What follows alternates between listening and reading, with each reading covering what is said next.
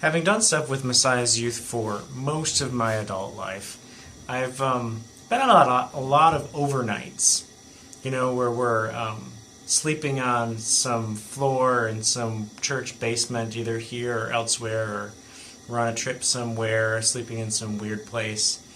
And I credit you guys that, usually we just have a lot of fun and nobody's causing a lot of trouble, but I tell you, if there was an inkling of some shenanigans that were going to go on at night, you know what I'd do? Well, I'd make sure I was sleeping right in front of the door to whatever room we were in, so that nobody could, be coming or going without me knowing. To let you in on a little secret. But it relates to what Jesus is talking about in today's 5-minute devotional from John chapter 10. We're just going to do verses 7 through 10 today. So here we are. So Jesus said again to them, "Truly, truly, I say to you, I am the door of the sheep. All who come before me are thieves and robbers, but the sheep did not listen to them. I am the door. If anyone enters by me, he will be saved and go in and out and find pasture. The thief comes only to steal and kill and destroy. I came that they may have life and have it abundantly."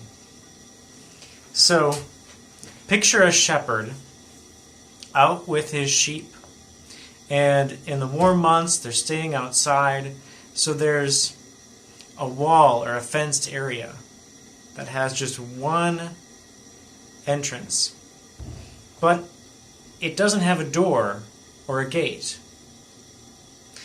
What the shepherd would actually do was what I was describing.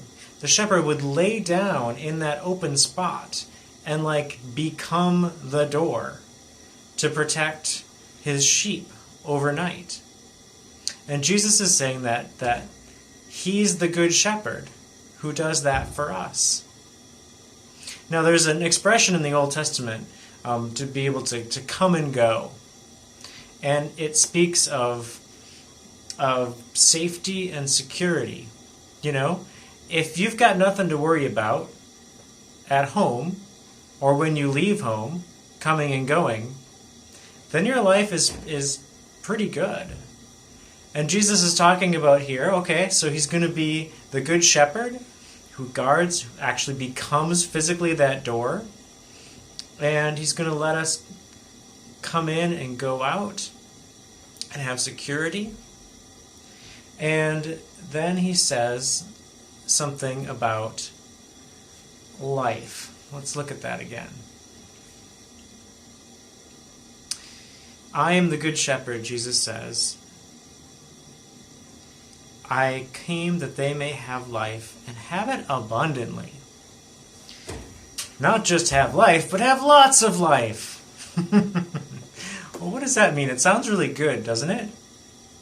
Well, we know from elsewhere in the Bible that Jesus isn't necessarily promising us an easy life. If anything, following Jesus can be hard. And it's not just that he's going to protect us in a way that we're going to just be sheltered and have a boring life, necessarily.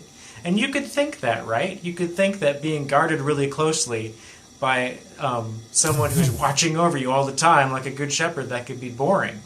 But he's not talking about boring. Otherwise, he wouldn't use this word abundant life. But what he might be getting at here is that our life can be fulfilling and satisfying and content in him, even if it's not easy. And that's a wonderful thing that he's offering, a wonderful picture that he's giving here of what it's like to know and follow our Good Shepherd.